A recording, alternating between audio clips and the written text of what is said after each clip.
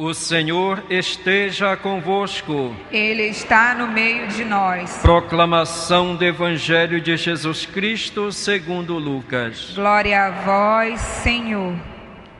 Naquele tempo, Jesus disse a seus discípulos: é inevitável que aconteçam escândalos, mas ai daquele que produz escândalos. Seria melhor para ele que lhe amarrassem uma pedra de moinho no pescoço e o jogassem no mar, do que escandalizar um desses pequeninos.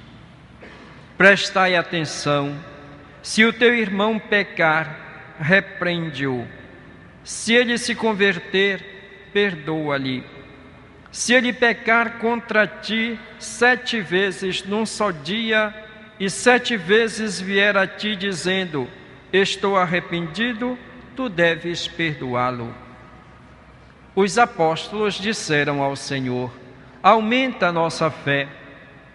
O Senhor respondeu: se vós tivesseis fé, mesmo pequena como um grão de mostarda, poderias dizer a esta amoreira: arranca-te daqui e planta-te no mar, e ela vos obedeceria. Palavra da salvação. Glória a vós, Senhor. Que as palavras do Santo Evangelho perdoem os nossos pecados. Amém. Caríssimos irmãos e irmãs, a palavra de Deus deve ser sempre para nós fonte de inspiração, deve ser luz, guia para os nossos passos, para a nossa vida. No documento de Aparecida, no número 248, os nossos bispos afirmam: faz-se, pois, necessário propor aos fiéis a palavra de Deus como dom do Pai para o encontro com Jesus Cristo vivo, caminho de autêntica conversão e de renovada comunhão e de solidariedade. Portanto, a palavra de Deus é um dom do Pai. E através desta palavra que Deus nos concede, nos dá, ela nos proporciona um verdadeiro encontro com Jesus Cristo. E todo encontro com Jesus deve provocar em nós, se é um encontro verdadeiro, a conversão, mudança de vida, mudança de atitude, e deve nos levar a viver em comunhão, em solidariedade com os nossos irmãos na fé, os nossos irmãos de caminhada. Pois bem, e que nos ensina a palavra de Deus neste dia? Jesus começa dizendo aos seus discípulos: é inevitável que aconteçam escândalos, mas ai daquele que produz escândalos. Seria melhor para ele que ele amarrasse uma pedra de moinho no pescoço e o jogassem no mar, do que escandalizar um desses pequeninos.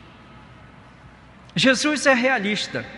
Jesus sabe que os seus discípulos, aqueles que o acompanham, que o ouvem, são pessoas frágeis, pessoas limitadas, não são pessoas santas, são pessoas pecadoras.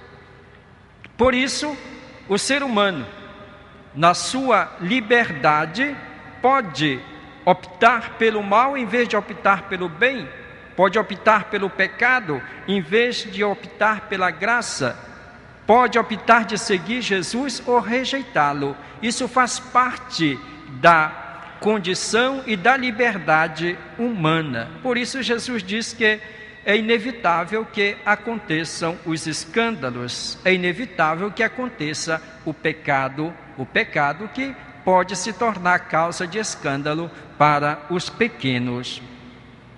Mas qual o sentido da palavra escândalo neste contexto em que Jesus fala?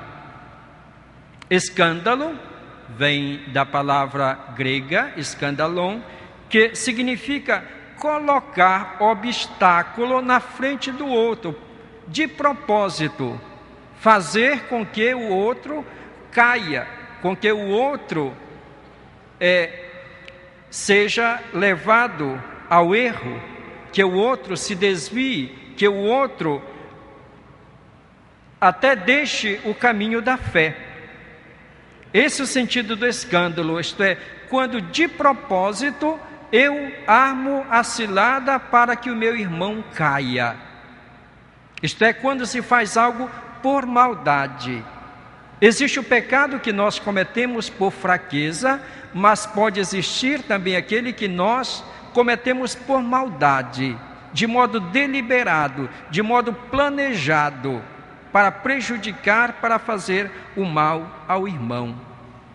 E esse pecado é que Jesus chama de escândalo.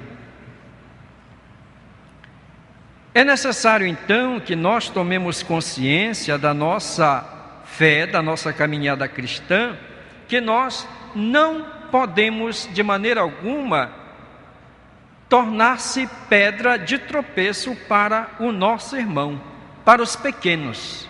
E Jesus, quando fala de pequenos, ele se refere aos irmãos iniciantes na fé, as pessoas que estão iniciando uma caminhada dentro da comunidade cristã e que podem escandalizar-se pelas atitudes dos líderes da comunidade, que poderiam tornar-se motivo de tropeço, de escândalo para esses pequenos pelas suas atitudes, pelos seus comportamentos. E isso causaria uma defecção da parte desses pequenos, porque não encontraram dentro da comunidade cristã um exemplo de virtude, de doação, um exemplo de verdadeiros discípulos de Jesus. Pode acontecer que as pessoas que estão numa comunidade, que são dirigentes da comunidade, sejam pessoas duras de coração, pessoas que não são capazes de acolher, de valorizar, pessoas humildes que realmente dão espaço para os seus irmãos. E o pecado maior que possa escandalizar esses pequenos na fé pode ser justamente a falta de perdão. O Talmud, um dos livros sagrados dos judeus, dizia que precisava perdoar aquele que pecava, que errava, até 3 vezes. 3 vezes, que é um número perfeito. Mas Jesus ensina que se pode aperfeiçoar ainda mais aquilo que é perfeito. Jesus diz, portanto, que não só 3 vezes, mas 3 vezes 7, isto é, sempre, todas as vezes. Ele diz então aqui no Evangelho: se teu irmão pecar, repreende-o, se ele se converter, perdoa-lhe, se ele pecar contra ti 7 vezes num só dia, e 7 vezes vier a ti dizendo, estou arrependido, tu deves perdoá-lo. Portanto, perdoar sempre. Não há limites para o perdão. A comunidade cristã, portanto, deve ser uma comunidade caracterizada pela comunhão e pela fraternidade. Mas para que haja comunhão, para que haja fraternidade, é necessário que haja o perdão. E por que o perdão? Porque todos nós somos pecadores, ninguém é perfeito, todos nós falhamos contra Deus e falhamos contra os nossos irmãos. São Paulo diz que o justo peca 7 vezes por dia, isto é, muitas vezes, ilimitadamente. Ora, se nós somos pecadores, se nós falhamos, nós precisamos de perdão de Deus e perdão dos nossos irmãos. E nós precisamos então receber o perdão e dar o perdão aos nossos irmãos. Então a comunidade cristã deve ser essa comunidade que se caracteriza pelo perdão, onde todos têm o coração aberto para a reconciliação, para o perdão, para viver como irmãos.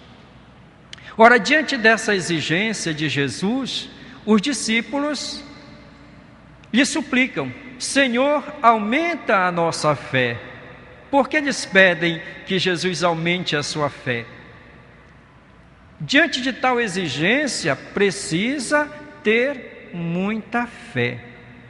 Será que é fácil perdoar? Nós sabemos que não é fácil perdoar. Nós sabemos quanto é difícil perdoar a quem nos ofende, a quem nos faz o mal, a quem nos prejudica. A nossa humanidade não aceita. A nossa humanidade naturalmente nos leva a querer a vingança, a querer odiar as pessoas. Dificilmente nós perdoamos se nós não tivermos uma grande fé, uma fé na pessoa de Jesus Cristo, que nos ensina, exige, antes de exigir, Ele nos ensina como nós devemos perdoar. Por isso o apóstolo Paulo diz que nós devemos ter em nós os sentimentos de Cristo. Os discípulos de Jesus, os apóstolos que foram escolhidos por Ele, no momento em que mais Ele precisou deles, o que foi que eles fizeram? Eles o abandonaram, o deixaram sozinho. E após a ressurreição de Jesus, quando Jesus os encontra, não os repreende, não os chama para prestar conta, não pergunta por que eles agiram daquele modo. Ele os perdoa, os acolhe novamente, sem interrogações, sem condição, sem colocar condições. E quando ele estava lá no alto da cruz, o que foi que ele disse para aqueles que o crucificavam? Pai, perdoa-lhes, porque eles não sabem o que fazem.